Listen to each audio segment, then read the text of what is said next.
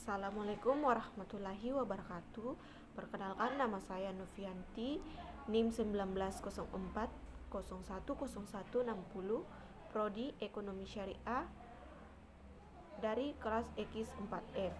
Baik, di sini saya akan menjelaskan tentang teori inflasi. Pengertian inflasi.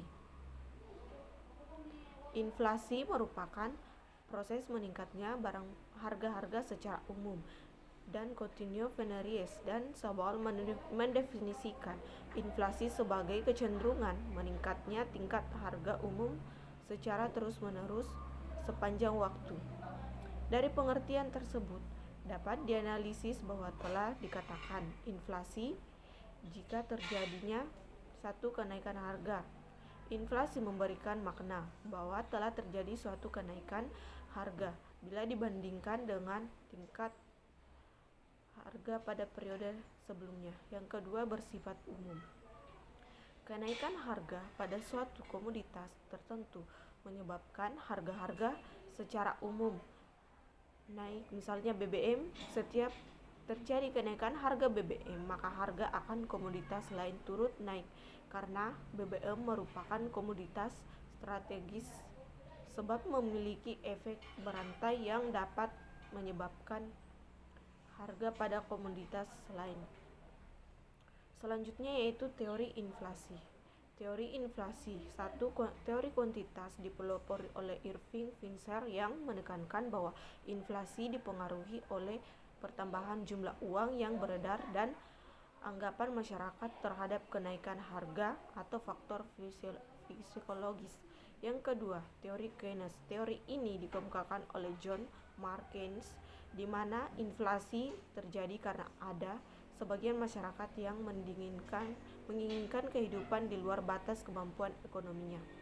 Dalam teori inflasi ini dianggap sebagai sebuah proses perebutan bagian rezeki antara kelompok-kelompok sosial atau para pelaku ekonomi yang mau bagai kelebihan besar dari yang disediakan masyarakat itu sendiri. Yang ketiga, teori struktural. Teori ini disusun berdasarkan pola pengalaman pada negara Amerika Latin, khususnya struktur perekonomian di negara berkembang. Teori ini beranggapan bahwa kondisi struktur ekonomi negara berkembang yang bisa menyebabkan inflasi adalah ketidakselaan penerimaan ekspor dan ketidakpastian produksi makanan di dalam negeri. Berikutnya yaitu penyebab inflasi di Indonesia, yaitu satu, peningkatan kebutuhan. Inflasi disebabkan oleh peningkatan kebutuhan atau permintaan yang berlebihan di pasar karena adanya hukum supply demand. Seiring dengan meningkatnya permintaan, maka harga pun akan meningkat, sehingga menyebabkan inflasi. Yang kedua, inflasi karena dorongan. Biaya inflasi dorongan. Biaya berarti terjadi kelangkaan dalam produksi atau distribusi barang sehingga harga barang menjadi naik.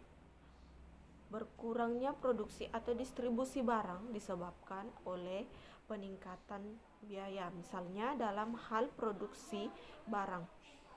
Yang ketiga, mencetak banyak uang.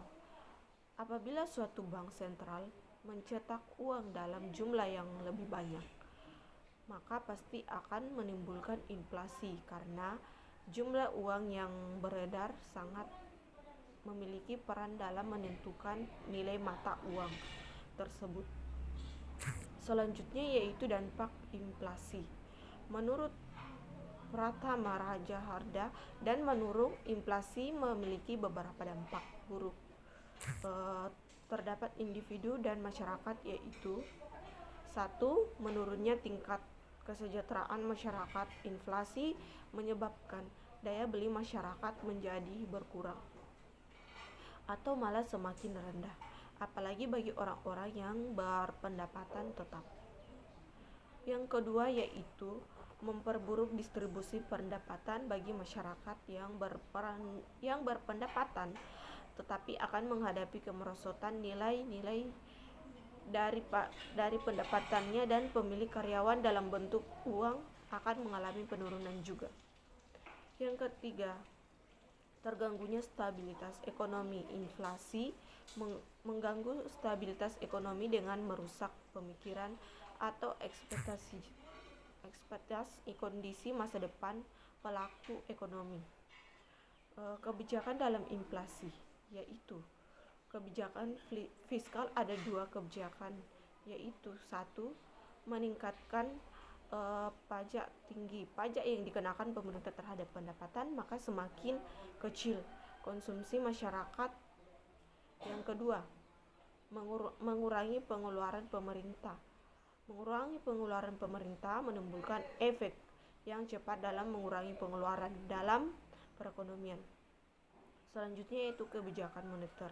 Kebijakan moneter adalah peraturan dan ketentuan yang dikeluarkan oleh otoritas moneter atau bank sentral untuk mengendalikan jumlah uang yang beredar.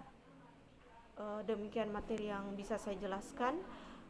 Kurang lebihnya mohon dimaafkan. Wabillahi taufik. Wassalamualaikum warahmatullahi wabarakatuh.